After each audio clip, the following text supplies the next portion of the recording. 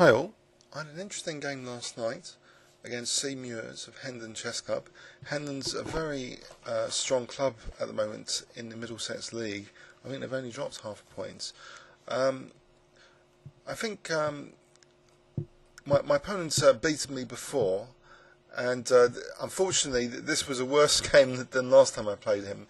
So I was black, he played c4, and I thought a recent game of Shirov against the English Opening was great fun, if nothing else, where Shirov went, for an all-out attack quite early on. So I played this line where early d5. So it's like playing against the Sicilian defence with the black pieces, where where white's playing a kind of reversed dragon, but it's much better than when black plays the dragon as black.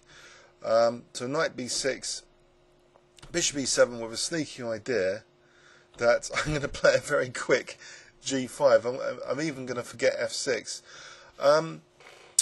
It didn't work out in this game, but still, it was an entertaining game. I quite enjoyed it, even though I lost. And it's not only Shirov that's played this. In the London Classic, someone an IM that I had lost to in the London Classic last December seemed to get hacked up with the white pieces when someone played a similar sort of thing. So an early g5, g4. So I thought I'd give it a go, g5. So yeah, highly controversial, highly weakening, potentially. And especially the f-file, if white can peel open the f-file, there's going to be major targets. So he played d3, so I carried on with g4, very aggressive. I thought, one of the attractions is to sort of increase, pressure on d4.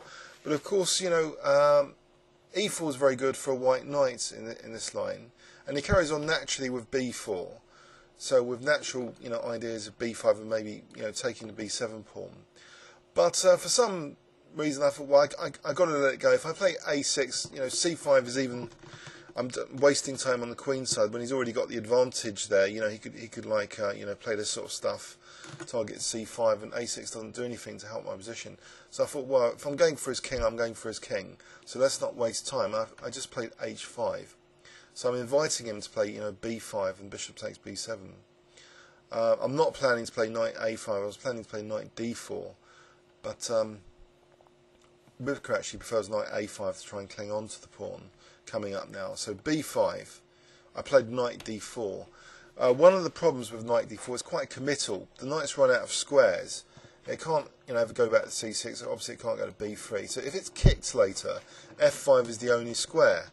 The bishop's blocked it in. And if that happens, g4 might be loose, as the game sort of demonstrates quite well here. So he takes on b7. So that's my first gambit pawn. But I've got a bit of pressure on the king side. So I play f6, and I'm wondering, how do I sneak my queen onto the h-file? How do I get it onto the h-file? Over here and then here, or maybe here and then here. Maybe some ideas. So e3 though, and this rude awakening now with the knight going there. I really didn't expect queen g4.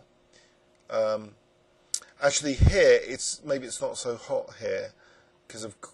It might be okay actually.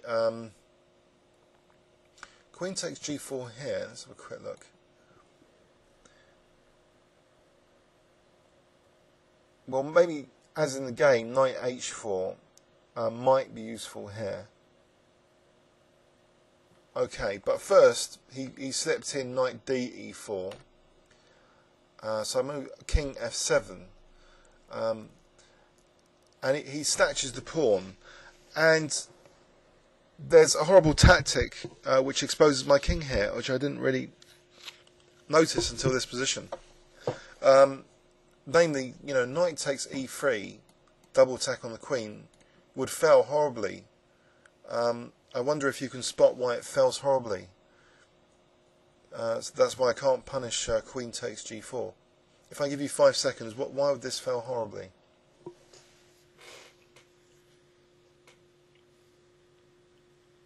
Okay, unfortunately he's got resource knight g4 check, g5 check.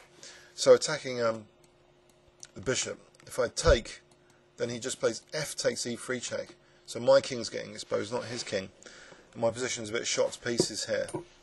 isolated pawn, nice e4 square, nice f file, shot to pieces. So unfortunately, I'm starting to go downhill now. I played what I thought was okay, knight h4, at least trying to grab the exchange, but I'm exchanged for 2 pawns, and I've got weakened light squares after this, so so queen e2, so I grab the exchange, bishop h3 check, but I'm 2 pawns for the exchange. So I'm playing queen d7, trying to cover the light squares, trying to come in with queen h3, but he plays f4. My king again is on the receiving end, not his really. If queen h3 immediately, it might be an improvement on the game, but only slightly. I think he just plays queen g2. Doesn't mind the exchange of queens, because the pieces are all really good. All really good. Lots of isolated pawns. It's not pleasant. So, but I made things a bit worse by playing e takes f4. So f6 is a real problem. And I'm just grovelling a bit. I haven't really got an attack here. I'm trying to slow down his pressure. So I'm sort of trying to pin the knight to that. But rook f5 is a nice, horrible blocking move. I'll never get in f5. It would have been nice to have been played rook h5 and f5 there to try and liberate the position a bit. But with rook f5, I'm really restrained, and this beautiful knight remains unchallenged, cemented on e4. So some grovelling around now as his knights, the other knight becomes pretty glorious as well. Look at these glorious knights in the centre. So this isn't exactly a nice kingside attack, unfortunately. I haven't simulated Shirov very well when he played this line. And this is a beautiful move, knight c6 he plays here. So I took, and now knight takes f6. Rybka thinks knight g5 is even stronger. So queen c6 is going to be devastating. But this is pretty good as well. This endgame, which we reached now, I played probably the only move to save my king here from getting destroyed. I played this move, rook h7. But this endgame is too many pawns for the exchange down. Apparently, though, I missed a shot here. What I played was rook b8, but actually Rybka reckons rook g5. Maybe this is a lot better than the game. If a4, a6. On the other hand, I'm not sure it's that brilliant. The subtle improvement here over the game, so say this continuation, is that I might be able to pick up a4 and have perhaps more chances to draw than in the game. In fact, so getting rid of the outside pass pawn could be really important. So maybe this is a really important shot I missed actually. If I could take a4 then take a6, just be 2 pawns for the exchange down with good fighting chances. In fact, if I stuck an evaluation on this position, I wonder what it would be like.